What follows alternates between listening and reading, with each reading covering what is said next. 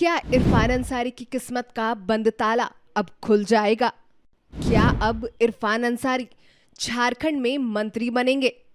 क्या संगठन में भी डॉक्टर इरफान अंसारी का कद ऊंचा होगा? जामताड़ा से कांग्रेस विधायक डॉक्टर इरफान अंसारी की किस्मत का बंद ताला अब खुलने के आसार नजर आ रहे हैं। अब लगता है कि इरफान अंसारी का सपना पूरा होने वाला है। भले 5 महीने के लिए ही सही, वह झारखंड के मंत्री बन सकते हैं और अब शायद संगठन में भी डॉक्टर इरफान अंसारी का कद ऊंचा होने वाला है। ऐसे ही कई सवाल पिछले 24 घंटे से राजनीतिक गलियारों में घूम रहे हैं। टेंडर कमीशन मामले में झारखंड के ग्रामीण विकास मंत्री आलमगीर आलम की गिरफ्तारी के बाद से झारखंड की राजनीति में उफान मचा हुआ है। साथ ही कयासों के भी बाजार गर्म है। वो कहते हैं ना, जो भी होता है अच्छे के लिए होता है। शायद ये अच्छा इरफान अंसारी के लिए होने वाला है। चूंकि इरफान अंसारी अल्पसंख्यक कोटे से विधायक है, वहीं मंत्री आलमगीर आलम भी अल्पसंख्यक कोटे से मंत्री हैं।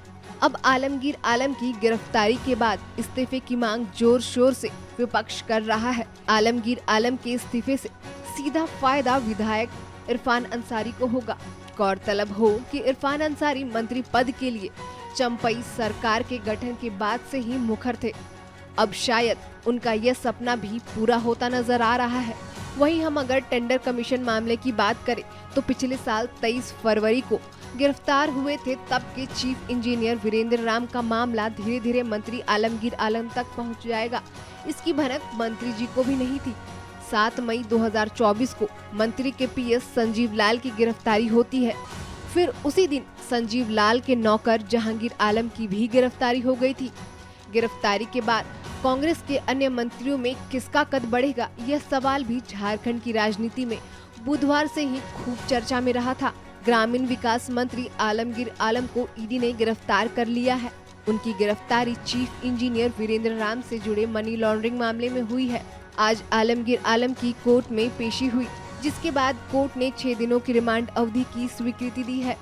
बताते चले कि पाकुड़ विधायक आलमगीर आलम महागठबंधन सरकार में कांग्रेस कोटे से मंत्री थे। उनका दर्जा दूसरे नंबर का था। हालांकि बुधवार की देर रात तक उन्होंने इस्तीफा नहीं दिया है।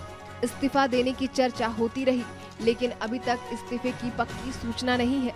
6 मई को मंत्री आलमगीर आलम के पीएस के नौकर के यहाँ 35 करोड़ रुपए से अधिक बरामद किए गए थे। वहीं 7 मई को पीएस के करीबी राजीव सिंह के यहाँ से लगभग 2 करोड़ रुपए बरामद किए गए थे। 8 मई को झारखंड के इतिहास में पहली बार सचिवालय में छापा पड़ा। पीएस के चैम्बर से 2 लाख रुपए से अधिक मिले थे। 12 मई को ईडी ने आलमगीर आलम को समन भेजकर पूछताछ के लिए बुलाया। 14 मई को ईडी कार्यालय में आलमगीर आलम से पूछताछ हुई। संपत्ति पर कई सवाल दागे गए।